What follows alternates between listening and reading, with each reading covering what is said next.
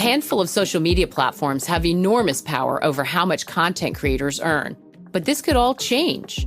Stay tuned to this podcast to find out how blockchain technology is rebuilding the creator economy. I'm alpine skier Michaela Schifrin. I've won the most World Cup ski races in history. But what does success mean to me? Success means discipline. It's teamwork. It's the drive and passion inside of us that comes before all recognition. And it's why Stifel is one of the fastest growing global wealth management firms in the country. If you're looking for success, surround yourself with the people who will get you there.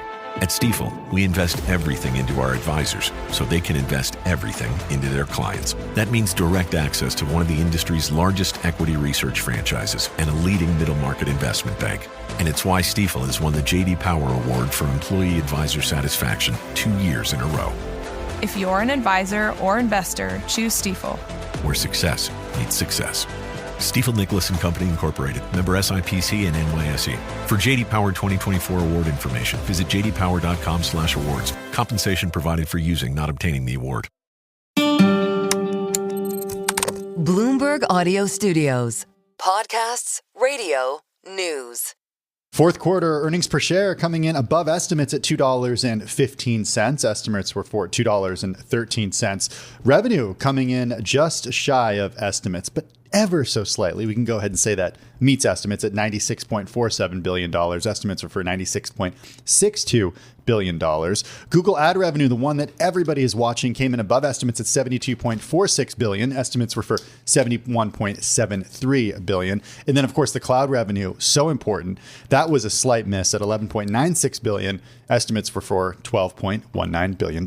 Yeah, the company also talking about capital expenditures in 2025. They say they expect to invest about $75 billion here.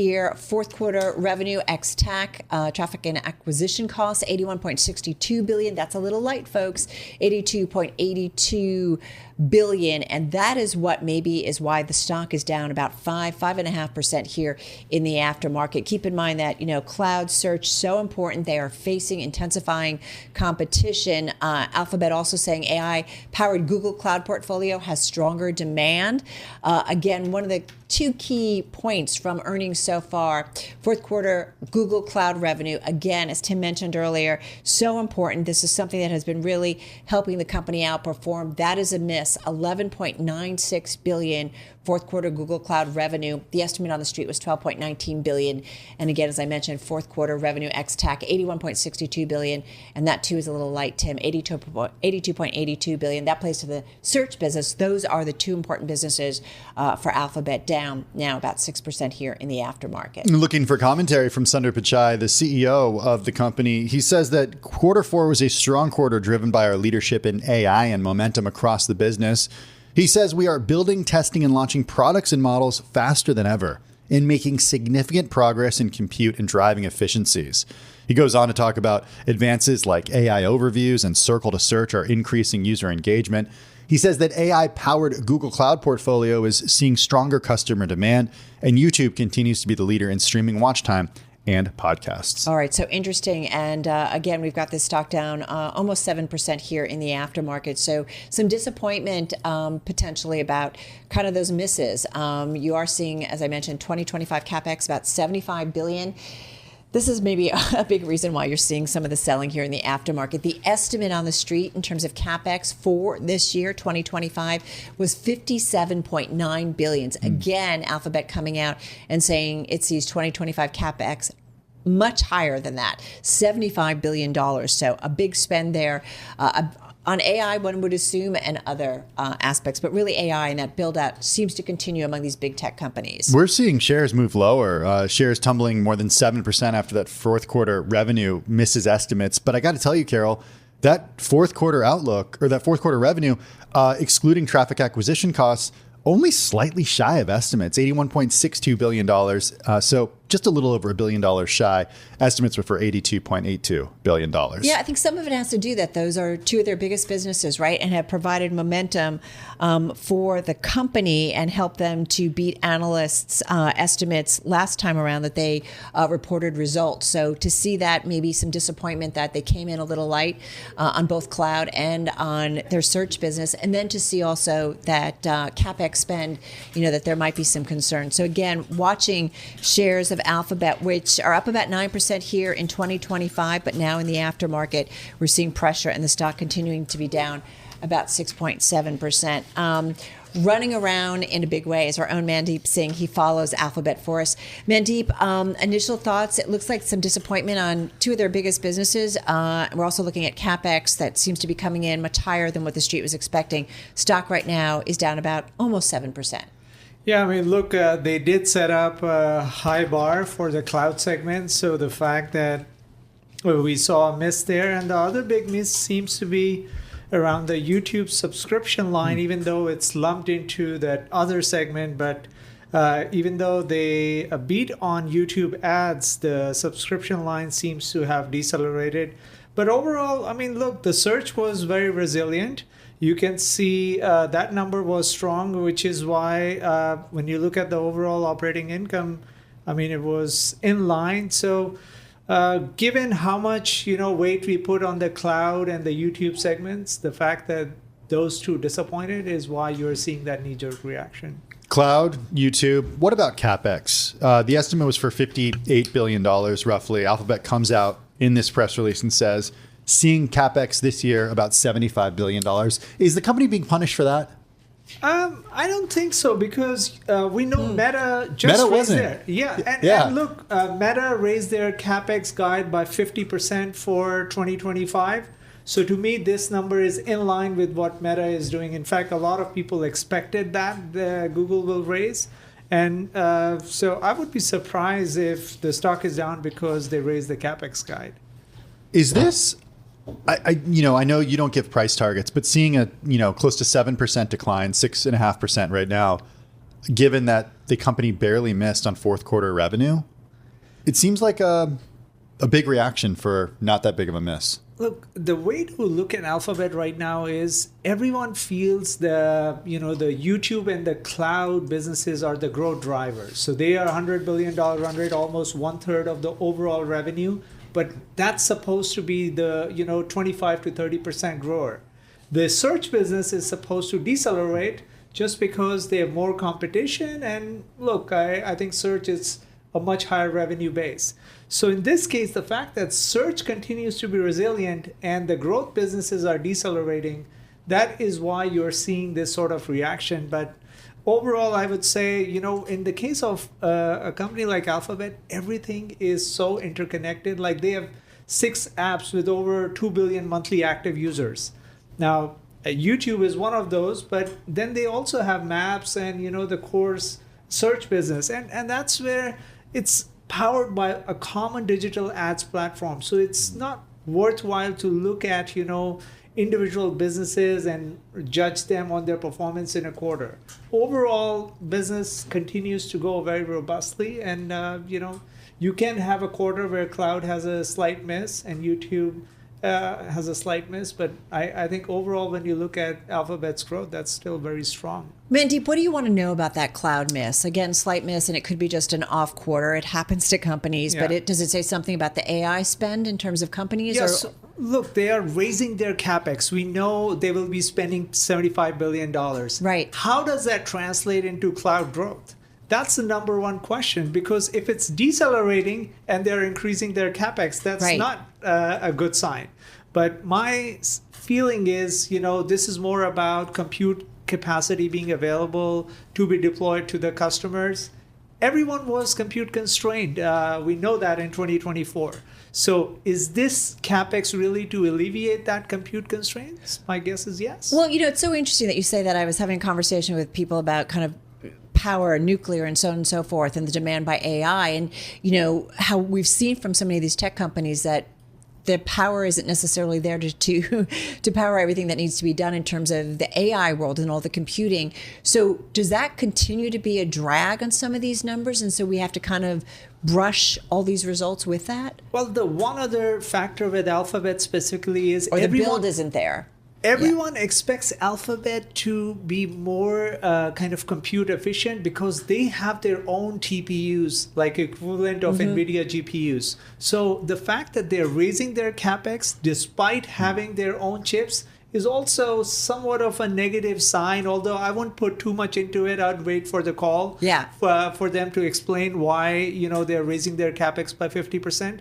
But essentially, the logic here is they should be able to give out more of their NVIDIA GPUs for external consumption and use their TPUs for their own consumption, whereas everyone else has to use NVIDIA GPUs for their own apps. Right. And then for Microsoft, the remainder goes out for customers. So by that logic, Google's cloud growth accelerating made a ton of sense. The fact that this quarter didn't turn out to be that way, it kind of puts that into question. Why did the cloud growth decelerate or disappoint? We should point out, too, that shares of Alphabet still down about 6.6% in the aftermarket. Kind of our red headline is saying Alphabet shares are tumbling after fourth quarter revenue misses estimate. So, but we're talking with our Mandeep Singh for kind of more clarity in terms of what the quarter looked like. Hey, I just want to get Mandeep's thoughts on Snap, because shares of Snap are surging in the after hours, up about 14% as we speak. The company sees first quarter adjusted EBITDA from $40 to $75 million. Estimate was for $79.9 million. Perhaps the reason it's higher is because fourth quarter revenue came in at $1.56 billion, beating estimates ever so slightly.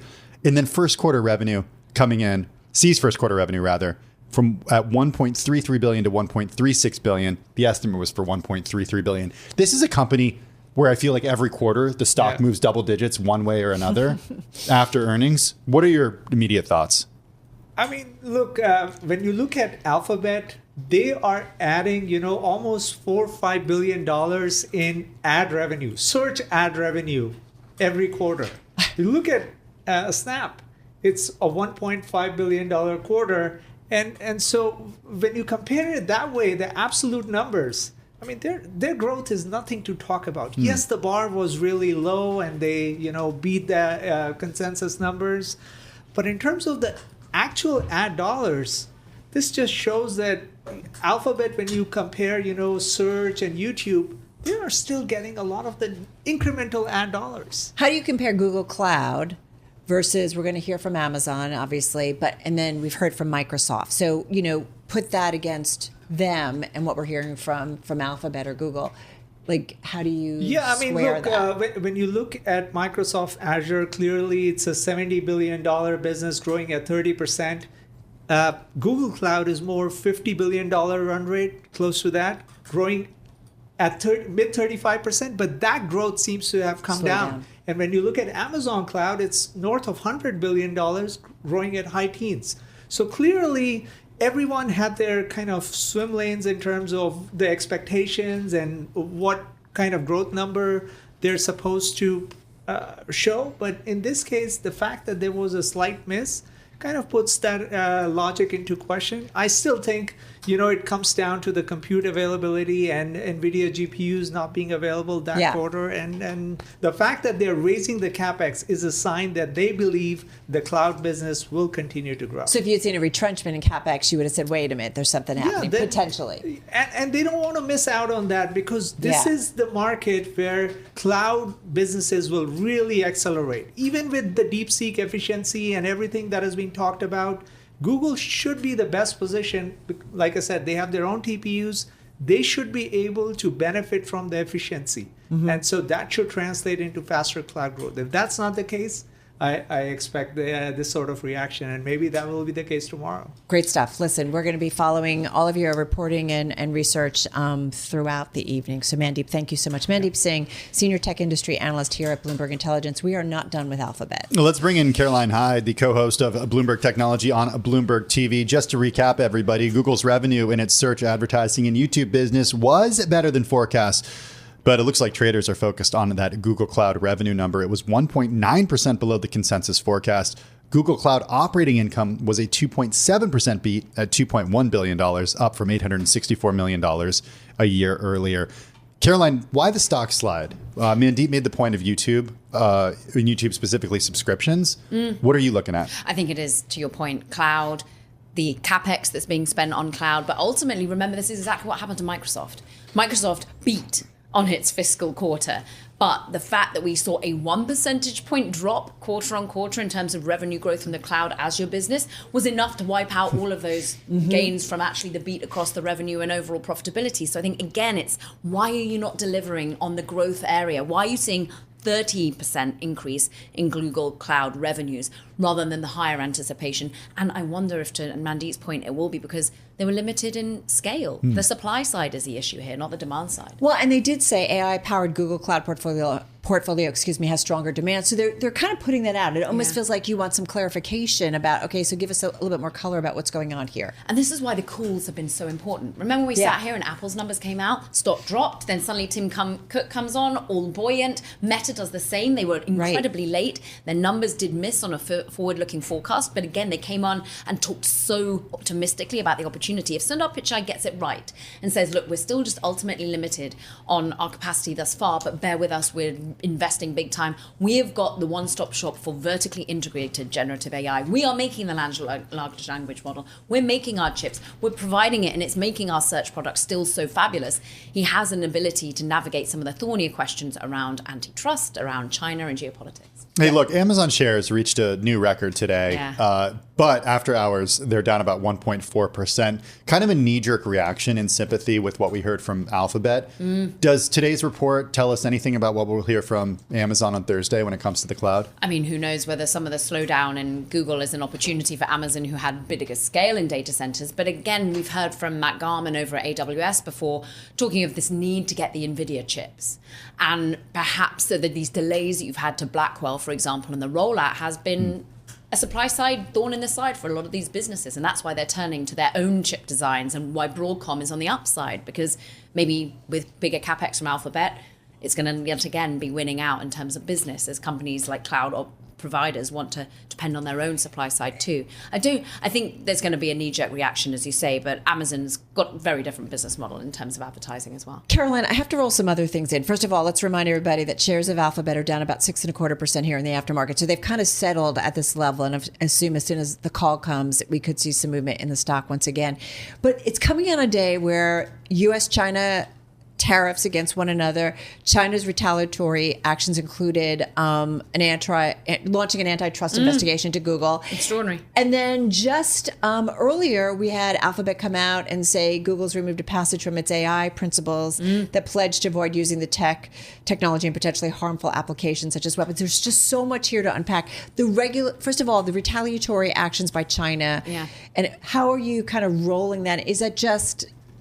I mean, the stock ended the day at a record high. So people really felt that, yes, this is an Android issue most largely, but this is the game of tit for tat, and ultimately it's not going to affect their business model too much in the longer term. So I think you're right, though, to fold in maybe the Palantir element of all of this. Look, that has been the software bet for generative AI over the last year, and they are all around defense, around the focus on generative AI and what it can do for government.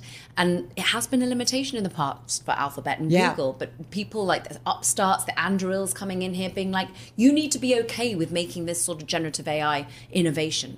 Before we let you go, AMD is out with results. Shares in the after hours are higher by about 3.4%. The company sees first quarter revenue coming in at $6.8 billion to $7.4 billion. Shares climbing as first quarter sales view tops estimates at midpoint. Your knee-jerk reaction to AMD? A relief. They needed to assure their investor base. Lisa Su has been under a lot of duress because data center server provision, ultimately AI accelerators, have not been able to match the prowess of NVIDIA. Everyone feeling, in fact, there have been analyst after analyst downgrading the stock, worrying that they just aren't there when it comes to a real competitor. But the fact that she's able to deliver in margins, the fact that she's still saying, like, I'm focused on R&D and expenses coming in perhaps a little bit higher there, but they need R&D. They need to focus on the AI accelerator because they're beginning really tough competition in the worlds of PC and other. And remember, you and I aren't buying PCs as much as we used to.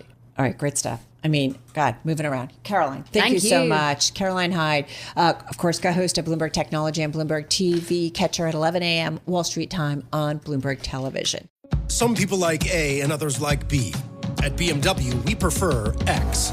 Like the dynamic X3, meant for ultimate exploration. The X5, built to conquer even the most difficult paths. Or the pinnacle of comfort and luxury, the X7. And since every X-Range vehicle is packed with performance and versatility, you'll always get the best of X. The BMW X-Range. Your next X-Venture starts here. Hurry into the BMW President's Day sales event and receive exceptional offers through February 28th. Residents at Brightview Senior Living Communities enjoy enhanced possibilities, independence, and choice. Brightview Dulles Corner in Herndon and Brightview, Great Falls, offer vibrant senior independent living, assisted living, and memory care services through various daily programs and cultural events. Chef-prepared meals, safety and security, transportation, resort-style amenities, and high-quality care. Everything you need is here. Discover more at brightviewseniorliving.com. Equal housing opportunity.